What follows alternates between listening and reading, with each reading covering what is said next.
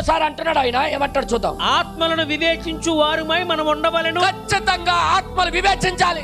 అవతలి వారి తలంపులో ఏముందో మనము పసిగట్టవలెను. హల్లెలూయా. అసలు ఆడు తలంపేంటి? అసలు ఏంటి వాడు ఆలోచన ఏంటి? ఏ ఉద్దేశంతో ఈ పని చేస్తున్నాడు? అసలు సంఘానికి వచ్చింది ఏ ఉద్దేశం? ఆడవాళ్ళకి చూడడానిక? కొంతమంది డెవిల్ ఆత్మ కలిగి మన సంఘానికి వచ్చినప్పుడు అమ్మాల వైపే మనసు ఉంటుంది, ఎప్పుడు చూస్తుంటాడు. నువ్వంటే అమ్మాయి అర్థం ఏంటి తెలుసా? వాడు వచ్చింది దేవుని ఆత్మతో ఆరాధన చేయడానికి కాదు, దేవుడి కోసం బ్రతకడానికి కాదు, వేరొక ఆత్మతో వస్తున్నాడు లోపల. అందుకే వివేచన అవసరం, పరీక్షించడం అవసరం. వర్తమానికి వచ్చేస్తే మనం ఏమనుకుంటామంటే పుస్తకం చూపెద్దా చాలు, మనకి జేబులో ప్రతి బెనం గారి ఫోటో చూస్తే చాలు, వర్తమానం బెదరగారు ఈ ఫోటో ఇదిగో చూసారా, మన జోబులో ఉంటుంది, ఎప్పుడైనా పెట్టుకుంటామండి. ప్రవక్త అంటే గొప్ప ప్రాణమండి, మాకు గొప్ప ఇష్టం అండి, ఆయన అంటే గొప్ప ఇష్టం. మరి ఆయన ఇష్టమైనప్పుడు ఆయన చెప్పిన మాటకి నువ్వు ఎంత రెస్పెక్ట్ ఇస్తున్నావు?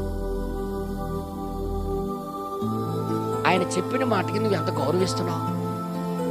ఆయన చెప్పిన వర్తమానానికి నువ్వు ఎంత జీవితం సమర్పించుకుంటున్నావు? అదే కదా చూసేది. మనం ఏమనుకుంటామంటే వస్తున్నాడు అంటే చాలు ముద్రేసేస్తాం.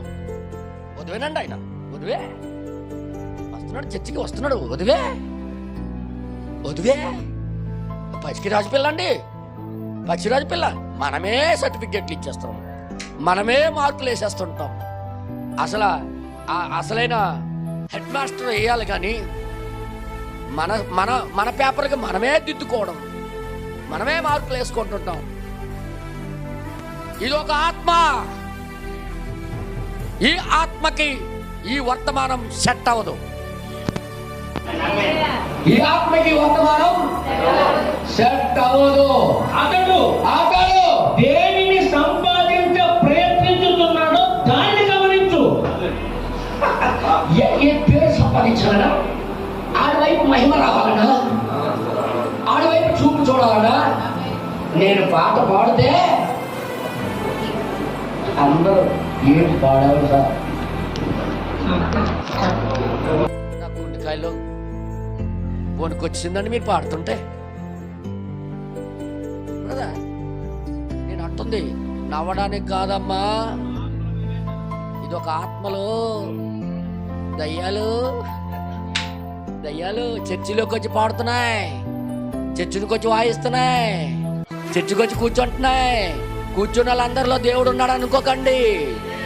దయ్యాలు వచ్చాయి.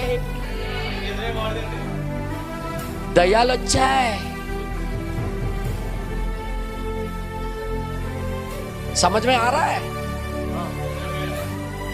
हिंदी लाटा మాట చెప్పండి. समझ में आ रहा है?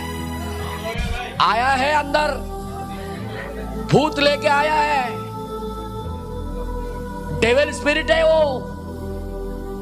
నేను ఎందుకు మాట్లాడుతున్నా అర్థం చేసుకోండి. మనం ఏమంటామంటే చర్చికి వచ్చేదే చాలు. అమ్మా నువ్వు ఆత్మ దగ్గర కూర్చొని అరగంట కూర్చోటా చూడు, అప్పుడే నీ ఆత్మ ఏంటో తెలిసిపోద్ది ఈజీగా. నేను ఇవన్నీ కూడా జరుగుతున్న ఆత్మల గురించి మాట్లాడుతున్నా. నువ్వు చర్చికి రావడానికి అద్దం ముందు 3 సార్లు తిరిగి చూస్తున్నావంటే ఏదో ఉంది తేడా, ఏదో ఉంది. నువ్వు మారు మనసు పొందాలి, తిరిగి జన్మించాలి. అర్థం చూసుకోవడం తప్పు కాదు, కానీ ఏ ఉద్దేశంతో చూస్తున్నావు ముఖ్యం. ఇది అర్థం చూడొద్దని నేను అనట్లే. చూడండి, జుట్టు చెరిగిపోతే చూడొచ్చు, నీ ముఖం మీద ఏదైనా అంటుకుందని చూడొచ్చు. కానీ నాకు చూడడానికి చూసేటప్పుడు అవతలోడికి నేను ఎలా కనబడతాను అనే నువ్వు అద్దం ముందు పెట్టావా? నేను నిజం చెప్తున్నా, నువ్వు సంఘానికి వచ్చినా నీ లోపల ఉన్న ఆత్మ మంచిది కాదు. నీ స్పిరిట్ అది దేవుడిది కాదు. ప్రవక్త అంటున్నాడు, ఏమంటాడు చూడండి. ఒకవేళ ఒక మనుష్యుడు ఒక వరము ద్వారా ఒక వరము ద్వారా. ఆ వరము ఎంత గొప్పదైనను, ఏయ్, ఆ వరము గొప్ప సూపరం, అది గొప్పదై ఉండొచ్చు. దేవునికి మహిమ దొరకకపోతే, దేవుడికే మహిమ దొరకకపోతే అది వేరొక ఆత్మ. నేనట్లే మెసేజ్ చెప్తుంది. దేవుడికే మహిమ దొరకకపోతే ఆ వరం బట్టి, ఆ జీవితాన్ని బట్టి, ఆ మనిషిని బట్టి దేవుడికి మహిమ దొరకకపోతే ఆ ఆత్మ దేవుడిది కాదు. నన్ను క్షమించండి, ఇది కఠినంగా ఉంటుంది. ఇది ఆపరేషన్ కోసేస్తుంది. ఇది రెండంచుల ఖడ్గం. మన లోపల ఉన్నది ఏదో మనకి బయట పెట్టేస్తుంది. ఇది మనం ఎంత నటించినా దీని దగ్గర నటించలేము. ఖచ్చితంగా దేవుడు నీకు బయట పెట్టేస్తాడు. ఇది గుర్తెట్టుకో. ఏదో ఒక రోజు నువ్వు బయటపడతావు. ఏదో ఒక రోజు నీ రంగు బయటపడిపోద్ది. ఏదో ఒక రోజు నువ్వు వేషధారి అని అర్థమైపోద్ది. ఏదో ఒక రోజు నువ్వు మోసగాడు అని అర్థమైపోద్ది. ఆత్మలు జాగ్రత్తగా పరిశీలించుకోండి.